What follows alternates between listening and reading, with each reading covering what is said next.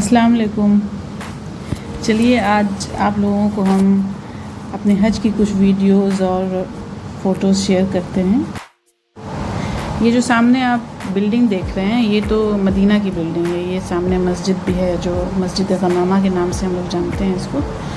और इसमें ये वाली मदीना की वीडियो है, लेकिन ये इस वीडियो में सारी मक्का की ही वीडियो है, सब एक जगह की गई है।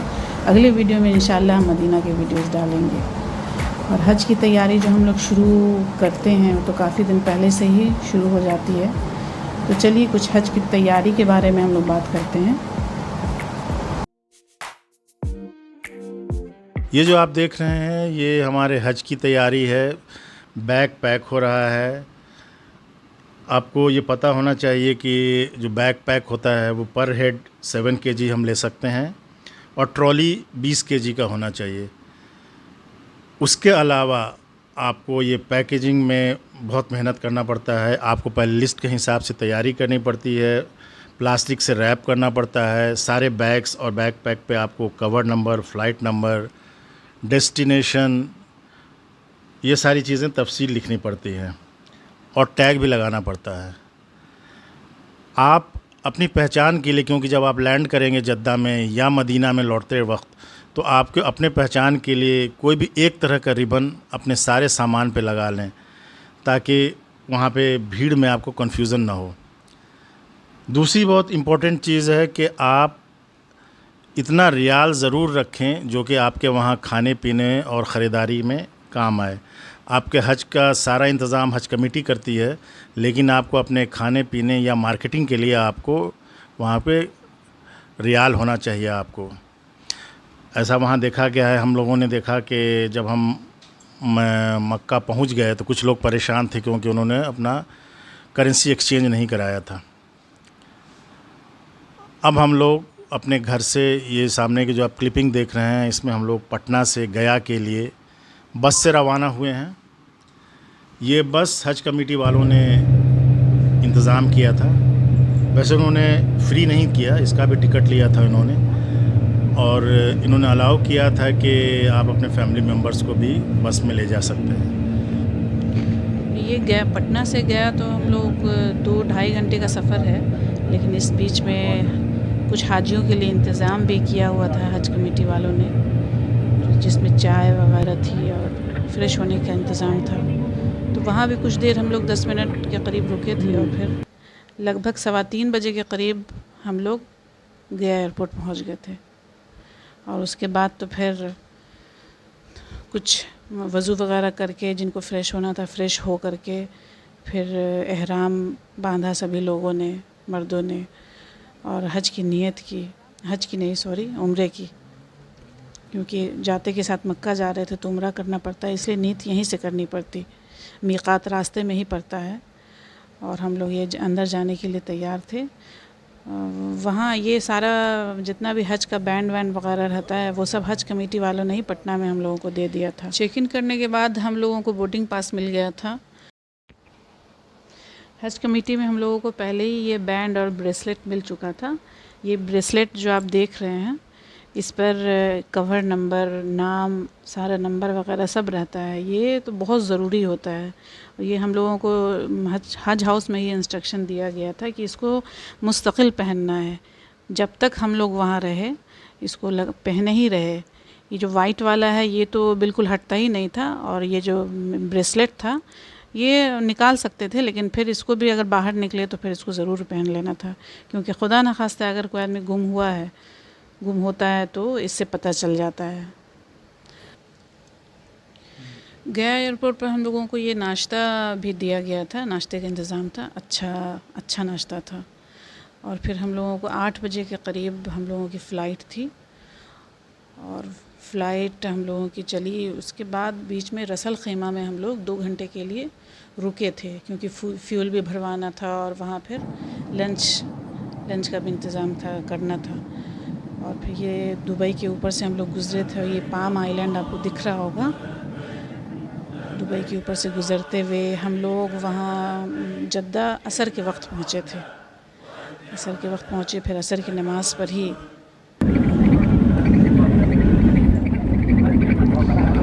हम हम लोगों ने चूँकि हम लोग नियत किए हुए थे, इसलिए हम लोग जल्दी जल्दी उम्रा के लिए भी निकलना था।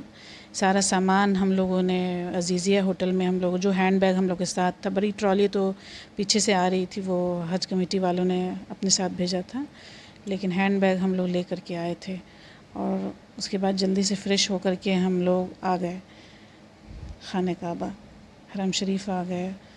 और वहाँ पहली नज़र जो हम लोगों के खाने काबा पर पड़ी थी, तो कैसी फीलिंग्स थी कि क्या बताएं। सोचा था कि बहुत सारी दुआ करेंगे, पहली नज़र पड़ने की पड़ती है और फिर जो दुआ किया जाता है वो बहुत कबूल होती है, लेकिन उस वक्त तो याद नहीं रहा। लेकिन कुछ देर बाद जब होश आया तो फिर दुआ भी मांगी, अल्लाह ताला कबूल करने वाले हैं। उसके बाद फिर हम लोग ने उम्रा किया। वहाँ पहुंचकर बहुत देर तक बैठ के, उम्रा करने के बाद भी बहुत देर तक हम लोग बैठे रहे। उम्रा करने के बाद तो हम लोग थोड़ा थक भी चुके थे, क्योंकि लंबे सफ़र से भी आए थे और फ़ौरन फिर हम लोग यहाँ आ गए थे। उम्रा हो चुका था तो अब थकावट का एहसास हो रहा था। इधर हम लोग पीछे मक्का टावर की तरफ निकले तो ये बहुत लंबी लंबी कतारें लगी हुई थी। यहाँ पर सिम मिल रहा था एसटीसी का, और भी बहुत सारे अलग अलग कंपनी के सिम थे जो यहाँ पर से हम लोग ले सकते हैं। तो सिम अगर लेना हो तो यहाँ से कोई भी ले सकता है। अगले दिन फिर फ्रेश होकर के हम लोग सुबह सुबह बिल्कुल इतने जोश में तैयार होकर के फिर हम लोग आ गए खाने काबा। और तवाफ़ करते करते ये वाली तस्वीर ली थी, इतने नज़दीक थे हम कि लग रहा था कि बस यहीं पर खड़े होकर के देखते रहे। और ये अगल बगल का माहौल भी बहुत अच्छा। वहाँ की आज़ान भी इतनी अच्छी होती है कि लगता है कि बस सुनते ही रहे।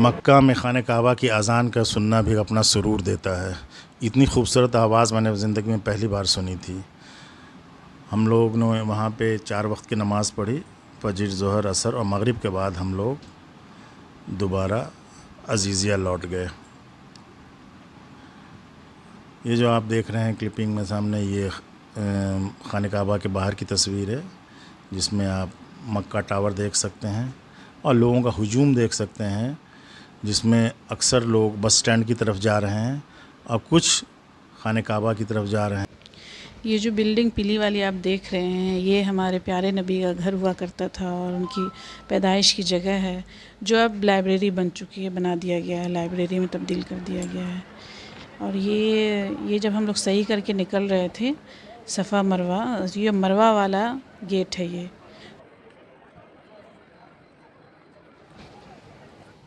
ये खाने काबा की तस्वीर जब हम लोग तवाफ़ करके यहाँ पर आते थे, और 2 रकात नमाज़ पढ़ने की जगह है, और यहीं पर ज़मज़म का भी इंतज़ाम रहता है, ज़मज़म पी लिए और फिर हम लोग वापस इधर ही से होकर के वापस अपने स्टैंड पर चले जाते थे, बस स्टैंड पर।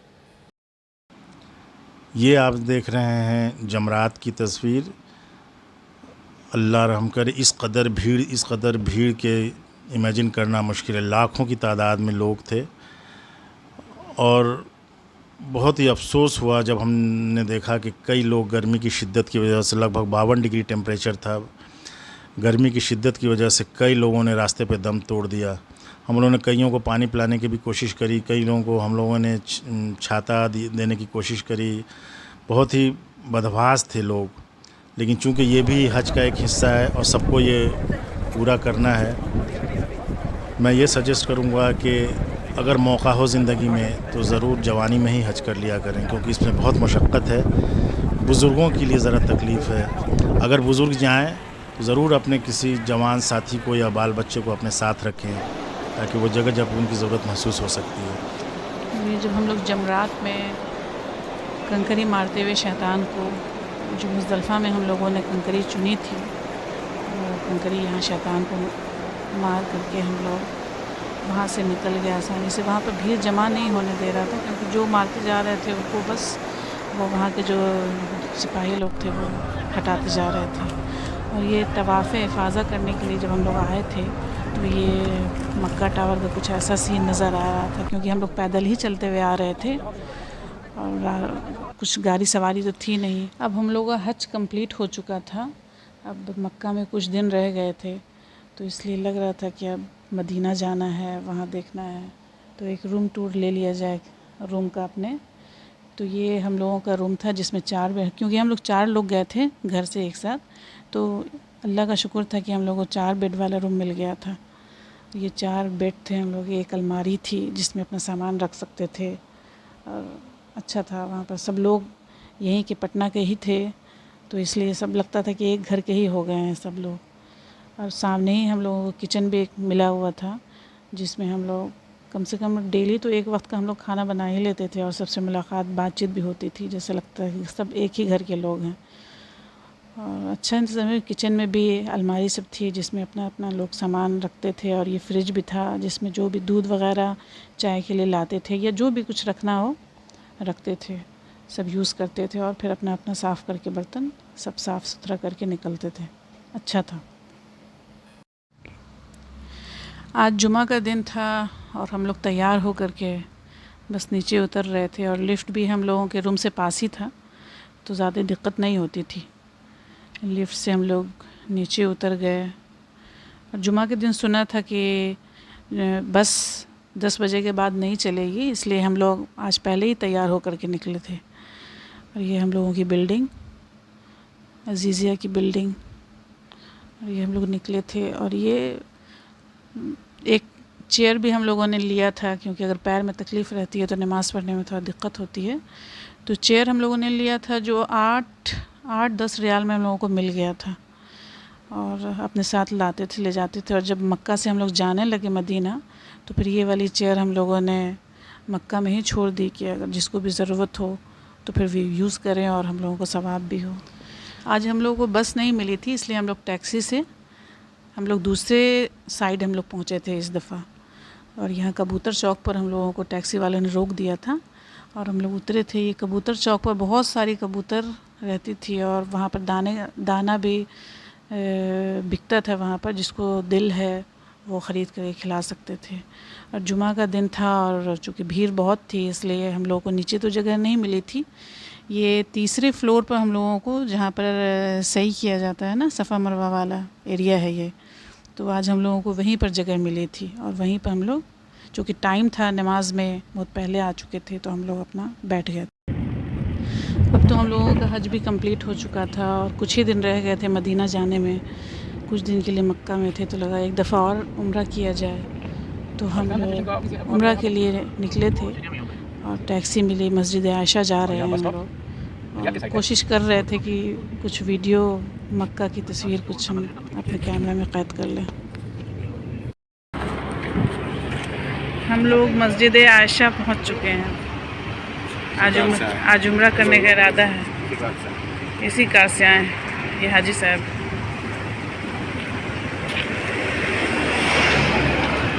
लाहौर का ड्राइवर है, बहुत टेंशन में है। लाहौरी ड्राइवर बहुत टेंशन में है। परेशानी है।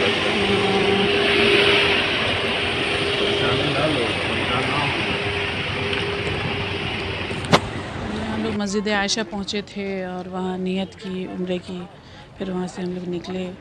ये हम लोग बैग हमेशा हम लोग रखते थे अपने साथ एक, और अपनी चप्पल हम लोग जहाँ पर ज़रूरत पड़ता था चप्पल नहीं पहनने का, तो वहाँ पर अपना चप्पल बैग में ही हम लोग स्लीपर हम लोग रख लेते थे ताकि गुम ना हो।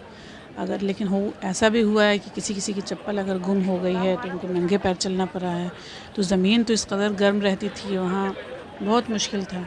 नंगे पैर चलना, तो इसलिए चाहे तो एक्स्ट्रा चप्पल अपने साथ रखें या फिर अपनी चप्पल हमेशा अपने बैग में रखें ताकि सही रहे। और ये हज के ज़माने में इतना ज़्यादा चलना पड़ता है कि मेरा तो ये हम लोग ये हैंडी प्लास्ट नहीं लेकर के गए थे, लगा पता ही नहीं था कि ज़रूरत भी पड़ सकती है, तो इतना चला ना पैदल कि पैर में फोका हो गया था। तो बहुत मुश्किल से किसी से लेना पड़ा, तो कुछ इंतज़ाम भी था, लेकिन अपने साथ पहले से रखें तो अच्छा होगा। हैंडी प्लास्ट और मोज़ा भी, सॉक्स भी रखें, मोटा सॉक्स रखें, अगर हो सके तो सॉक्स के नीचे रबर जो लगा रहता है ना, ताकि सही करने में सॉक्स पहन के सहूलत होती है। नंगे पैर तो बहुत मुश्किल होता है, तलवा दर्द करने लगता है, और चप्पल पहन के चलना थोड़ा सा अच्छा नहीं लगता है वहाँ पर, इतने अच्छे जगह पर चप्पल पहन के चलना। बहुत लोग तो चलते भी हैं लेकिन अपना दिल नहीं गवारा करता है, इसलिए सॉक्स, मोटा सॉक्स पहन के चलें। अगर हो सके तो सॉक्स के नीचे जो रबर लगा हुआ आता है ताकि पैर स्लिप ना करे, अगर वैसा सॉक्स मिल जाए तब तो बहुत अच्छा है। तो मेरे हिसाब से ये होना चाहिए, जो मैंने सोचा था कि सब आगे आएंगे तो लोगों को बताएंगे, ये चीज़ हम बहुत मिस किया था वहाँ। तो ये तो मस्जिद आयशा के अंदर की तस्वीर है, और यहाँ पर हम लोग ने नमाज़ पढ़ी थी, नियत की, और फिर यहाँ से हम लोग निकल गए थे। और इस वीडियो में तो बस इतना ही है। इंशाअल्लाह अगले वीडियो में मदीना की कुछ यादें होंगी आपके सामने। चलिए इंशाअल्लाह दुआ में याद रखिएगा। अल्लाह हाफ़िज़।